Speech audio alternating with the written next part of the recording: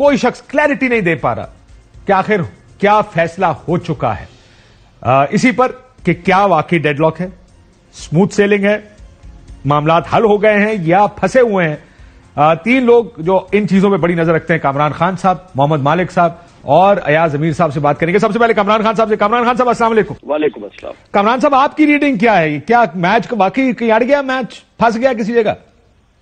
जी, apparently कल जो statements आए हैं जिसमें कि ख्वाजा आसिफ साहब के एक तो कंसिस्टेंटली हम देख रहे हैं कई हफ्तों से जो स्टेटमेंट्स हैं जिसमें वो मुख्तलिफ डेट्स इस समरी के हवाले से देते रहे हैं और जिसमें है कि वो बार बार ये कहते रहे कि ये समरी कब आ जाएगी मिनिस्ट्री ऑफ डिफेंस में, और मिनिस्ट्री ऑफ डिफेंस उसको रेफर करेगा प्राइम मिनिस्टर के पास। कल फिर उन्होंने एक नया एंगल दिया इसमें और कल उन्होंने कहा कि जी कि हमने याद दिलाया है मिनिस्ट्री ऑफ डिफेंस को, प्राइम मिनिस्टर ने, कि आप समरी भेजें इस हवाले से, और फिर हमने मिनिस्ट्री ऑफ डिफेंस ने वो GHQ भेज दी है। उसके बाद से ये स्टेटमेंट्स आने शुरू हुए, राना सनाउल्लाह साहब के आए, फिर शाहिद खान साहब का आया, और जिसमें कि बिल्कुल क्लियरली ये कहा गया कि समरी की जरूरत ही नहीं है। अगर समरी नहीं आती वजीर आजम अपना इस्तेकाक इस्तेमाल करते हुए किसी भी लेफ्टिनेंट जनरल को, सीनियर लेफ्टिनेंट जनरल को chief of army staff appoint कर सकते हैं। और जाहिर है कि ये एक बहुत बड़े ऐसा लगता है कि एक बहुत बड़े मसले की ये निशानदेही कर रही है। ये कोई एक बड़ा किसी किस्म का कोई बड़ा तातुल हो गया है, क्योंकि ये तो बिल्कुल ही एक सर, आपको लग रहा है कामरान साहब वॉर गेमिंग हुकूमत ने कर ली है? सारे कानून देख लिए हैं कि अगर समरी ना आई तो हम क्या कर सकते हैं, समरी में नाम ना हुआ तो ये क्या होगा, ये सारी गुफ्तगू हो चुकी है। काशिफ साहब देखिए, ये बिल्कुल उन्होंने किया है और बिल्कुल सही कह रहे हैं मेरे ख्याल में कि कानून के तहत उन्हें इस बात का इख्तियार है, मगर ये इख्तियार वो इस्तेमाल कर चुके हैं इससे पहले, जब नवाज शरीफ साहब ने जियाउद्दीन भट्ट साहब को, जनरल जियाउद्दीन भट्ट को chief of army staff appoint किया था और वो कुछ इसी किस्म का उन्होंने तरीक़ाकार इस्तेमाल किया था। और इसका मतलब ये है कि आप फौज के सिस्टम को और जो आर्मी चीफ का जो एक ट्रेडिशन रहा है जिसके जरिए ये सीनियर पोस्ट, और उसकी वजूहात है क्योंकि आर्मी चीफ के पास और फौज के पास पूरा इसकी इंफॉर्मेशन होती है कि कौन सा जनरल जो है वो उसकी जो बेसिक इस वक्त की रिक्वायरमेंट है वो फाइटिंग आर्म का है, वो उसकी सीनियरिटी क्या है, ये तमाम चीजें जो है ये जाहिर है कि उसका डिटर्मिनेशन जो है वो फिर फौज करती है। लेकिन आप फौज को ओवरराइड करने की जब बात कर रहे हैं तो आप एक बहुत बड़े क्राइसिस की बात कर रहे हैं, ये कोई मामूली बात नहीं है। और उसको फिर आप बहुत सर, वैसे कामरान साहब का ये भी अहम है कि 29 अक्टूबर को हाजिर सर्विस कौन होगा?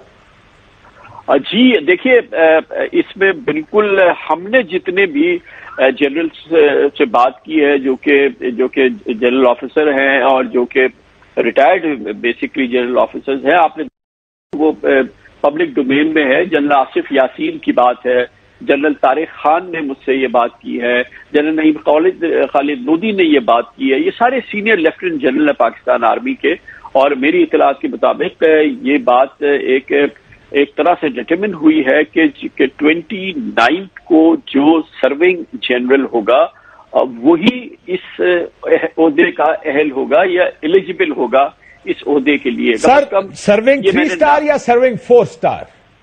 जी, सर्विंग 4 स्टार भी होगा तो वो यकीनी तौर पे अगर वो सर्विंग है तो वो इसका अहल होगा। अगर कोई सर्विंग 4 स्टार होता है, उस दिन अवेलेबल होता है तो वो हो जाएगा। और वो बहरहाल उसके लिए ज़ाहिर कोई एक्स्ट्राऑर्डिनरी मेजर करना पड़ेगा, क्योंकि ये तो हमें पता है कि एक 4 स्टार यानी चेयरमैन ज्वाइंट चीफ स्टाफ जो है वो 27 को रिटायर हो जाएंगे और उसके बाद उनकी जगह अपॉइंट होना होगा नया chairman joint chief of staff. तो वो एक चेयरमैन ज्वाइंट चीफ स्टाफ होंगे जो कि अपनी पोजीशन को, जो वेकेंट पोजीशन है उसको फिल करेंगे। इसके अलावा पाकिस्तान आर्मी में एक ट्रेडिशन रही है कि कुछ अरसे के लिए, कई महीनों के लिए, कुछ एक डेढ़ साल के लिए भी vice chief of army staff रहे हैं। तो वो अब अगर 2 दिन के लिए कोई vice chief of army staff हो जाते हैं तो यकीनन वो vice chief of army staff होंगे। लेकिन बाहर है, ये जाहिर है कि 2 दिन के लिए vice chief of army staff appoint होना, उसका क्या प्रोसीजर होगा, उसमें आर्मी चीफ की कितनी से होगी, वो उसकी कितनी गुंजाइश है, ये बहरहाल इस पे मैं तबसरा नहीं करना चाहूंगा। लेकिन अगर थियोरेटिकली आपने ये बात की कि क्या کیا سرونگ 4 اسٹار اویلیبل ہے تو وہ کنسیڈر ہوگا، آف کورس ہوگا سر.